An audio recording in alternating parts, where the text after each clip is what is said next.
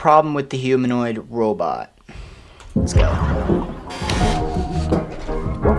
Okay, we have to have a conversation about this. I feel like it's been a minute since I've done just like an old school, straight to camera rant video, but this has been all over my timeline lately, so I feel like I have to. So meet Neo, potentially the most futuristic product we've ever seen. This thing is a full-fledged humanoid robot, 5'6", 66 pounds, 4-hour battery life, self-charging, and it lives in your house. It's finally here. Get your mind out of the gutter. It's for doing chores. It's a housekeeper. Okay, bro. Couldn't you just get off your butt and just go do the chores? I mean, it's not that hard to just go do the dishes or fold the laundry or something like that. Like, why would people spend a ton of money just for it to do something they can already do? It has the same dexterity as a human because it's shaped just like a human, walks around on 2 legs, has 10 fingers. It can fold laundry and put it away for you, or it can do the dishes for you from start to finish and then put everything away. It can go around and water the plants outside or inside on a perfect schedule, and it never forgets a single plant. And then it'll go around and vacuum and tidy up the house if anything gets left out. It always knows where everything is. It can find the TV remote, and it'll basically actively do all the chores that you know you have to do, but you don't actually want to do. And when it's done, it goes back to its little docking spot and charges itself. Imagine going out for the day of work and coming back a few hours later and everything's done. All the chores are finished every single time. That would be kind of nice, but at the same time, I feel like for the general public, they really do not need this robot. Like, I don't think everybody should have this robot in their house, because then what, our society is just going to get so lazy because no one wants to go do their chores. Like, I feel like that could lead to a bigger problem. Every day, you never have to do chores again. That's amazing. Or maybe let's say you have mobility issues. This thing can sort of act as a personal assistant in a lot of ways. These are things that represent massive value for a lot of people. And it's available to order now. This is available to order. This feels like it could be the best tech announcement of all time in 2025, except this isn't real. And I mean that in the most literal way possible. This is not real. First of all, it's a pre-order. So you can go to this website right now and you can pick between 3 colors, and then it's either $500 a month subscription for a standard delivery, or you can pay a flat $20,000 to own it outright and get priority delivery. Okay, who is just dropping that kind of money on a robot? Like, I feel like that's just crazy to me. Who wants to, like, it's not even, the robot's apparently not even finished, and people are already, like, people would want to spend $20,000 just to get a robot that it's not even guaranteed. So I just don't understand that. Just drop a $200 fully refundable deposit to get in line today, and deliveries in the US start sometime next year. And that's just allegedly. We don't know when it's actually going to ship. Now, to be clear, it's not actually the price that I have a big problem with. Like, I know these numbers seem eye-popping on paper, but this is a first-generation, bleeding-edge humanoid robot assistant. Like, I never thought that this would be cheap. And also, there isn't really competition yet. So you got to imagine the target audience is going to be people whose time is worth more than the money they're spending on it. Like, this is for people who the idea of saving a few hours on chores every week. Okay, I'm going to guess that every single streamer or every single YouTuber is gonna have one of these robots, because it's just basically like, you can use this for content and you could farm so many views out of this. So I guarantee you majority of live streamers and big YouTubers are gonna have this product. So that they can use that time to make more money actually makes logical sense. Like, people really think like that. It's for early adopters. It's for people who want to spend however much they think it's worth on this brand new novel thing. That's fine. But my issue with this product is the gap between what it's actually capable of today and what they're promising as they take your money today. Like, I think when people watch a video like this, they expect that this robot has some sort of built-in artificial intelligence that allows it to recognize objects and navigate around on its own and learn your house and be productive for those hours while you're gone. And that, I think, would be a reasonable thing to get out of watching that video, because that's what it's designed to show. That's what you're Okay, but they're basically like scamming people, because they're making this pre-order and it's not even finished. But I guess Apple does that. So I mean, it's just really a gamble that you'd have to take and just hope that this robot is capable of doing what it's saying on these videos or whatever that they're promoting it through. But I just hope that that's the case, but I feel like a lot of people are going to be getting scammed out of this. supposed to feel. That's the dream. But that's not actually what's happening. So Joanna Stern, the legend, she did a video with this Neo robot also this week where the company showed her all of the things that it could do. And turns out 100% of the things that they showed her were remotely controlled by a human in another room wearing a VR headset with controllers. That's not exaggerating. 100% of the stuff they showed her. The carrying things around, the loading up the dishwasher. I mean, look at this thing. Okay, I was under the impression that the robot could, like, use AI intelligence to, like, do this kind of stuff instead of somebody else, like, controlling the robot. I was under the impression that was what was going on, but apparently they use headsets like VRs. So it's like basically VR in like real life. I feel like I feel like it would be better if it would just be like if it was AI doing everything, but I'm guessing it's not.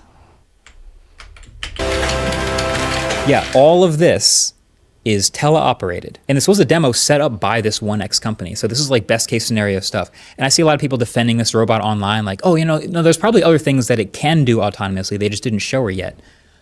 Really?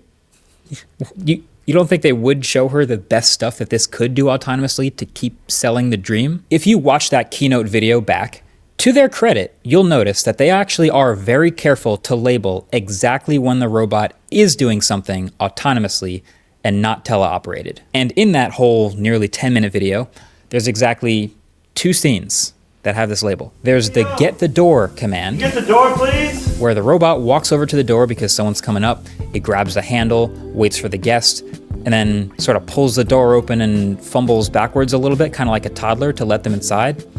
And then there's...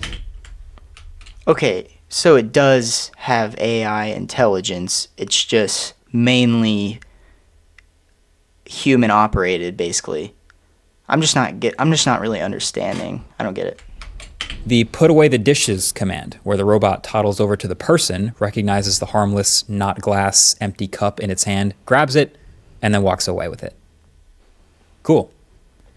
No, seriously, that's actually pretty impressive. Even if I could already today unlock the door with my Google Home and a smart lock with just my voice, there is something at least a little bit futuristic about a humanoid robot going to do that. That's part of the dream. It's doing it autonomously. But then that also means that everything else happening in this video and everything else we've ever seen this Neo robot do, we can safely assume is remote controlled. So the gap between what this product can... Okay, so they're basically like false marketing this robot to make a profit. Like, I can see that. Like, I feel like they definitely get in trouble for that, for false marketing this supposed robot that's AI, and I feel like they're just trying to make it look like it is, but then when they sell it, it's going to just be human operated, which is kind of a scam, not going to lie. Actually do today, and what it can maybe hopefully do someday in the ideal future it is massive. They're massively far apart. And so that's really my main issue. There seems to be a bit of a lost art in waiting for a tech product to be actually finished before announcing and unveiling it. Like, do you remember when tech companies would unveil a brand new tech product that they've been working on and then do a demo, and then the next slide was like, this thing is... Okay, so they have like no clue if they're going to be able to put AI intelligence in this. They're just basically hoping for the best. Is going on sale tomorrow or next week or something like that. And that hype would carry right into the buying cycle. You remember that? That was sick. But now, in this age of all of these AI products, it's like there's this thing where you end up selling the dream before you sell the actual product. And that is dangerous. Like, the promise of AI is so huge and so massive and magnificent and awesome, but is also so clearly not done yet that you end up with stuff like the Humane Pin, or even the Rabbit R1, for example, or heck, even Apple Intelligence, where you have these big promises, but the capabilities are still over here, while the promise is all the way over here. And I'm trying to figure out why they do that. And I think really there's two main reasons. And believe it or not, I think Tesla self-driving is a really perfect parallel example for a lot of this stuff. See, basically, in order for this robot to be everything people want it to be, they need to develop a super smart AI system that looks through the robot's sensors and is able to learn its environment and recognize everything it's looking at and teach its... I think eventually this kind of product would be able to function properly, but I feel like in the amount of time that they have to like get all this figured out and like give it to the public, it's not going to be ready, and there's going to be so many different malfunctions with it. And that's just kind of my take on it. But it has to learn what a laundry room is and what the laundry looks like and how to fold each type of clothing, and it needs to learn what cups and forks and glasses are and how to pick them up. And it has to be adaptable to all these different sizes and shapes and materials and things of all these household objects, so that when the user asks for it to do something, just like, hey, Neo, vacuum the living room when I'm gone, something like that, then Neo can go, okay, I know where the living room is, I know where the vacuum is, I know how to use the vacuum, where the handle's at, like how much battery life I have, how much I need to vacuum the whole living room. I know not to knock over lamps or certain objects in there. And even the laundry folding thing, like just that requires a ton of training data, or at least some way to understand all these different shapes of shirts and jackets and hoods and vests and all sorts of things and hooks and hangers. And you'd think that the AI would already understand that, because on ChatGPT, you could just ask it to do anything and it'll just like tell you. So you'd expect it to know that, I think. What gets folded, what gets dry cleaned, all these different things. And the list just goes on and on. And like, what if one of the tasks is going and getting the right medication for an elderly person and bringing it to them?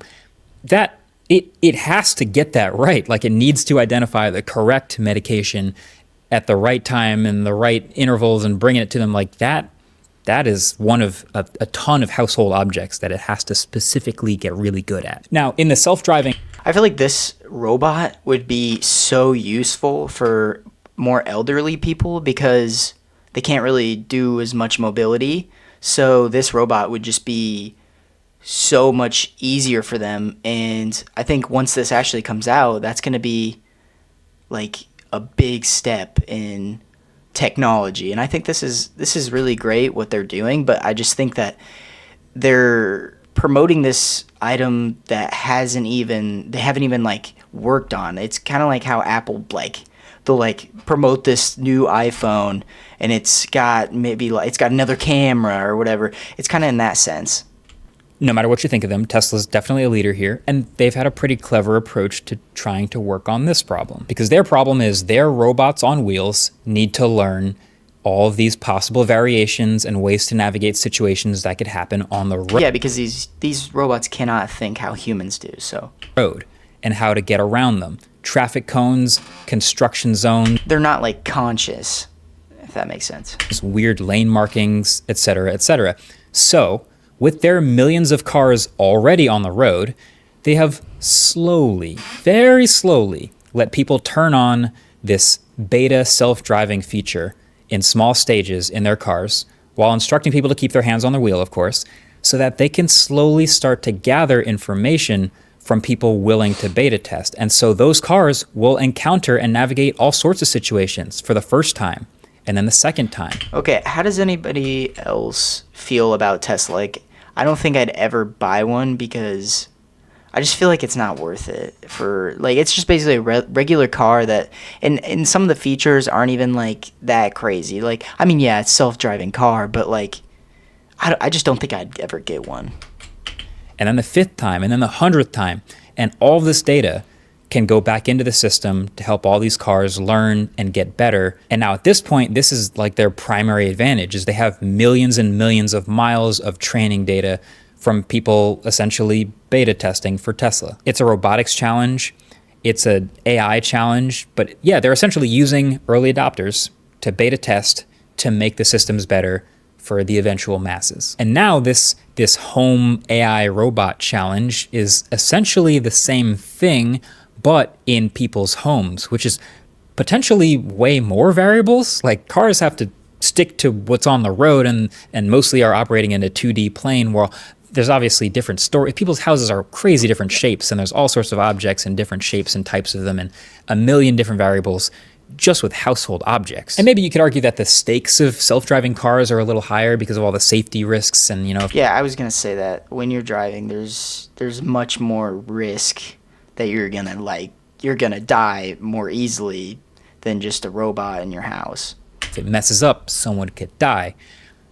Maybe that doesn't happen as often with the home AI robot, but then again, if it gets someone's medication wrong, it's still pretty important. So Sorry. I think the point here is you don't get to make this awesome, perfect home robot without all of this information. And so they need the training data, and so they go right back to early adopters. So people who press that order now button first and who actually, I guess, get one of these when they start to ship them, will get a robot that can probably do a few simple things autonomously, like opening doors, but there will be many things it can't do. And for that, if you scroll down on their website, you can see there's expert mode, which is when you have something the robot can't yet do, and you schedule one of their teleoperating employees to look through the sensors into your home and do the task. That kind of worries me. That's a little bit weird. And I feel like that's kind of a invasion of your privacy. So I don't know how many people would want to get that if they have just people watching you in your household. Like, that's just kind of weird. So that the robot can learn from it. And this is something that they've pretty directly said that they expect early adopters to be totally cool with.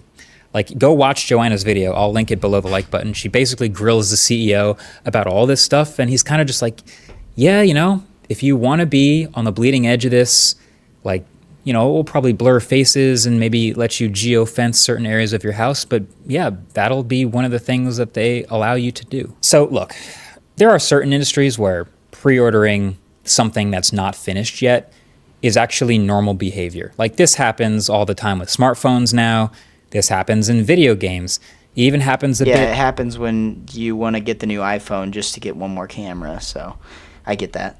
With cars these days, although sometimes that can even go too far. But now with all these AI products coming out now, it's resulted so many more times in this strategy. They feel like they have to announce the product way before it's done, and they end up putting out this thing that is just nowhere near the dream. And that's how you get, we talked about the Humane pin. Doesn't that sound familiar? Like getting announced with such a high potential ceiling and promising that this could maybe be a post-smartphone world type of gadget. But it was just absolutely not good when it came out. And not enough people were willing to beta test something with that miserable of an experience. Wait, so are people just being able to watch you through the pen? Because if that's the case, I understand why no one would want to get it.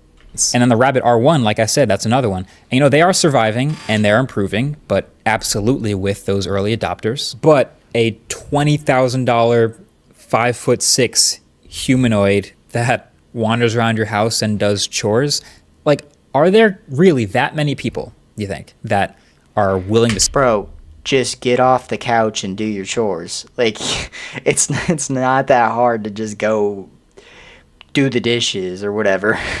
Spend that amount of money and know that they're going to... Especially if you're going to spend like $20,000 just for this thing to go open your door. Like, I don't understand why people would even get this thing. Have to potentially give up some pretty serious privacy and are basically going to be a beta tester for some unknown number of years to hopefully maybe someday achieve that dream. Some of those people are out there, but is there enough of those people? I don't know. I clearly don't know, and I think there is enough of those type of people. I promise you. There's people that do wild things. I think a lot of other people don't know. There are obviously a lot of potential downsides to this robot. You know, it's too small and weak to carry anything super heavy. It's also too slow and a bit too clumsy, it looks like, to do anything really serious. And it requires inviting a ton of remote viewable cameras and microphones into your house. And it could also fall over and have a hard time getting up. And also, just like the self-driving car, there are a number of situations where the robot getting enough things wrong could be dangerous. Like even like just the medication stuff that I talked about earlier, or even it just clumsily dropping something. Okay, I saw this video of this one robot that was $80,000 and it would operate like just fine. Like I saw it was just a whole video where they like hit it with the truck and it just went flying. But that's not the purpose. But like I feel like there is robots out there that can do that kind of stuff. I just don't think they might not just have enough money to be able to give those type of robots out to just random people. Thing made of glass or any other various potentially dangerous household situation. And also, I'm not even sure it has to be human shaped, but that's another argument for another video. But the upside clearly is the dream. Like Rosie the robot from the Jetsons type of dream. A personal assistant that seamlessly goes. Bro, when is that 6'7" meme gonna die out, bro? I feel like it's been going for like, what, 3 months now? I think that thing just needs to die out. I don't know why people are still saying that. Goes around your house and quietly does all the stuff that you don't want to do, and does it better and faster as time goes on, and does it in quiet hours of the night. The point is, this is the new AI promise problem that we have. It's not just this product in this company. This is, you know, the most visible one on all our timelines right now, but it's like all these AI products are promising the world way, way before they have a product that's ready to actually show anyone and take money for it. And theoretically, this is what we want AI to do, right? It's not just like AI generated videos and slop and random copyright infringement. Like we want it to be doing actually useful product. That's definitely true, because my For You page right now is cooked. It's just a bunch of videos of Jake Paul doing weird things. I don't know if it's any of you guys's, but my AI videos are kind of messed up. Stuff.